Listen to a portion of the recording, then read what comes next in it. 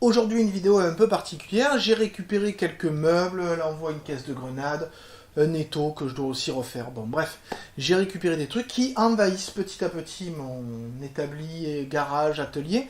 Et donc, il faut absolument que je fasse. Donc là, vous allez voir comment je vais rénover ce bureau qui a quand même subi pas mal de choses et qui a besoin d'un bon coup de jeune avant d'être remis à disposition de mon fils pour qu'il puisse travailler dessus. Ce sera toujours mieux que les deux tréteaux et la planche qu'il a. Donc j'espère que vous allez me suivre pendant cette rénovation. D'abord un petit état des lieux, puis après je vais vous montrer comment je vais essayer de lui redonner un petit coup de jeune.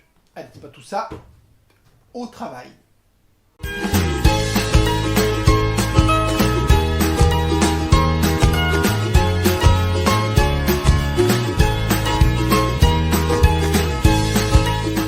Première étape, comme je vous l'ai dit, je vais vous faire un petit tour de lieu du meuble grâce à la caméra que j'ai ici, qui me permettra de vous montrer l'état. Donc déjà, le plateau, vous voyez que ce plateau est relativement abîmé. Vous avez des petits points de peinture, vous avez des traces de gras, des rayures, des choses comme ça.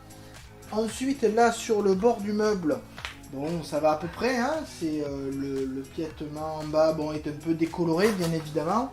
On le voit notamment ici. Alors, le pire, si je peux m'exprimer ainsi, est de l'autre côté, puisqu'on voit que là, il y a carrément eu des traces d'humidité ou, je sais pas, des trucs qui ont éclaboussé et qui ont mis le meuble dans un drôle d'état.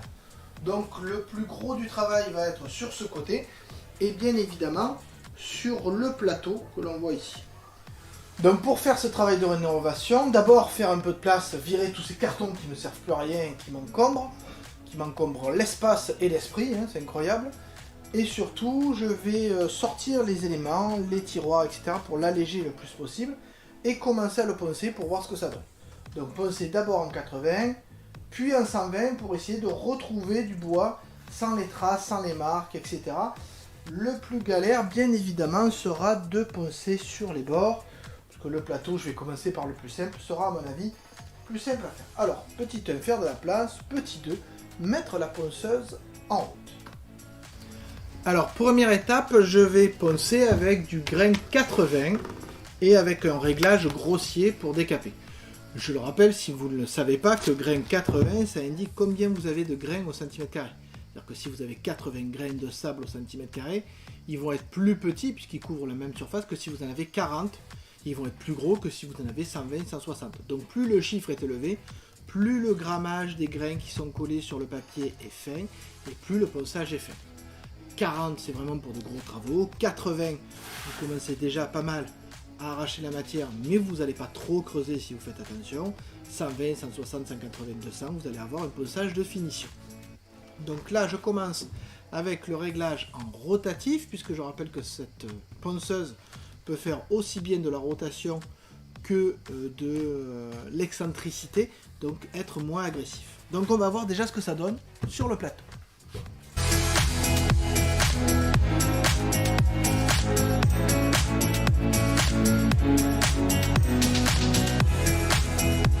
Alors ce premier ponçage étant terminé, j'en profite pour vous montrer la différence à l'aide de cette petite caméra.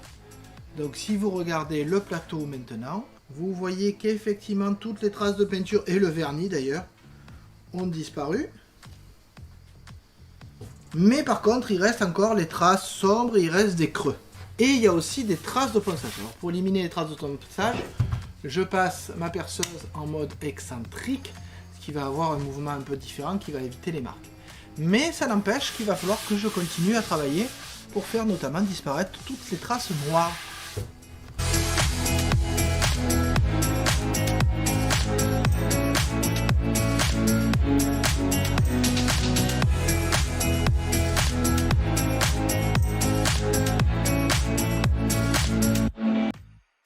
Alors ça y est, le premier ponçage est terminé. Vous voyez que le plateau est nickel. Je vous le montre toujours avec la petite caméra. Vous voyez donc effectivement j'ai retrouvé un grain.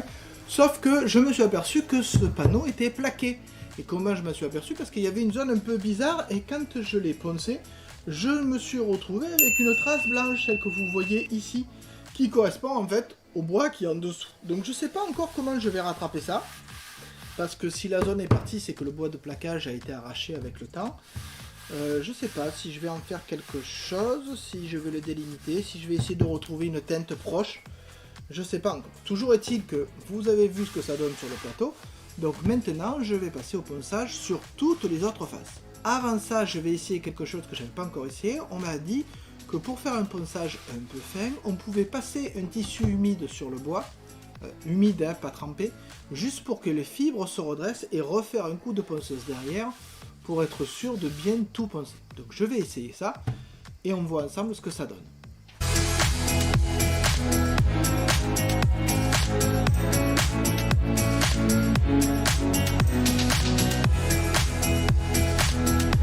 Effectivement, j'ai perdu le côté lisse que j'avais au ponçage.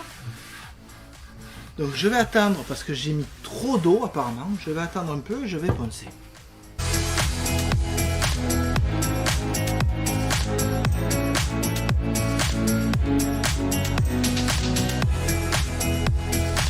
On voit bien que le papier a ramassé plus d'éléments. D'ailleurs, regardez le papier, je vais le changer.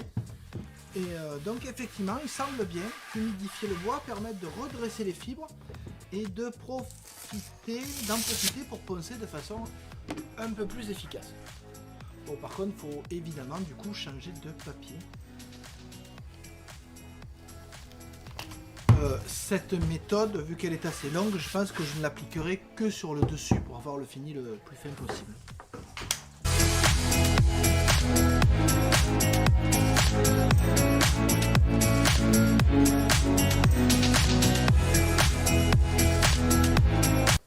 Évidemment, chose dont je n'ai pas parlé, je crois pas, pour obtenir une finition correcte sur le plateau, il faut au minimum la poncer au grain 120. Donc maintenant que j'ai fait au grain 80, je vais passer au grain 120 et après, je ferai tous les autres côtés du meuble.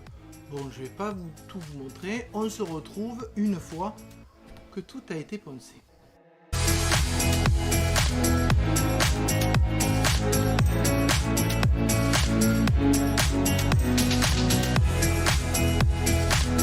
Alors vous vous doutez que pour les coins là, je peux pas le faire effectivement avec la Festool. C'est pour ça que j'ai aussi une autre petite ponceuse ici qui va me permettre de faire les coins. Bon, c'est pas la même marque et puis c'est pas une DF90, on est d'accord. Mais ça marche très bien, même si celle-là je peux pas la brancher sur l'aspirateur. J'ai plus l'adaptateur pour le faire et j'ai pas les papiers avec les trous. Mais en tout cas, ça me permettra de poncer dans les coins où je peux pas aller avec la ponceuse ronde.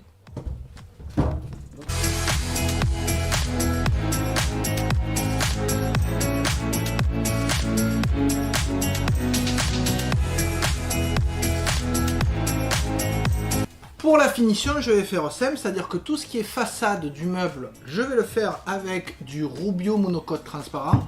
Et pour le plateau, à cause de cette petite imperfection où on voit le bois en dessous du plaquage, je vais le faire en bois intérieur blanc. Donc ça me fera un meuble bois et blanc, en étant léger sur le blanc, bien évidemment. Et je pense que ça sera relativement joli dans une chambre assez moderne. Donc maintenant, j'ai tout poncé, je vais donc passer tout le meuble sauf le plateau en Rubio transparent et je vais passer le Rubio blanc monocote Easy Déco sur le plateau pour avoir une différence de teinte et essayer de masquer un peu ce petit défaut où le plaquage a sauté. Mais maintenant, il n'y a plus qu'à passer partout.